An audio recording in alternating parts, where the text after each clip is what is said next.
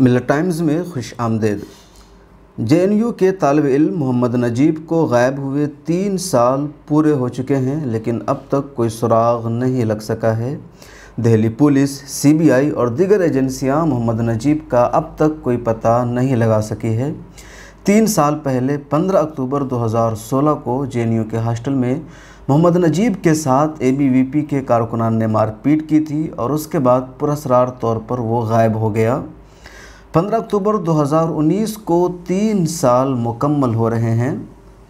नजीब की वालदा नफीस फातिमा थक हार कर बैठने के बजाय मुसलसल जंग लड़ रही है और अपने बेटे की तलाश में हर मुमकिन कोशिश कर रही है।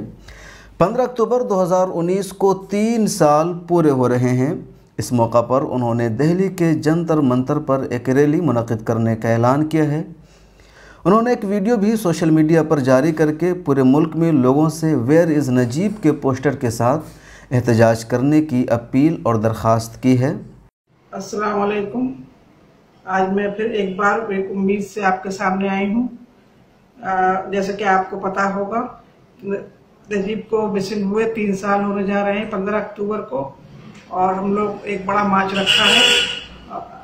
हम चाहते हैं कि आप लोग 8 अक्टूबर से अपने अपने शहरों में एक सिग्नेचर कैंप अभियान चलाएं और प्रोग्राम रखें।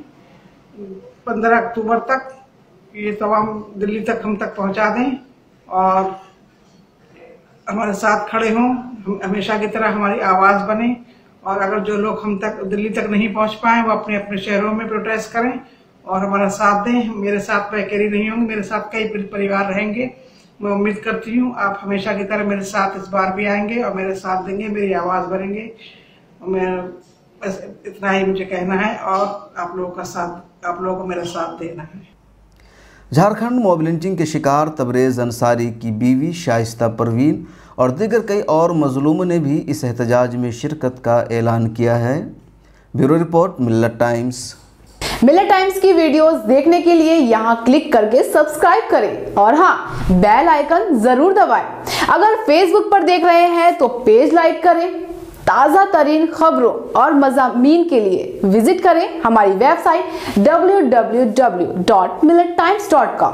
हमारी ये वेबसाइट उर्दू, हिंदी, इंग्लिश तीनों लैंग्वेज में मौजूद है।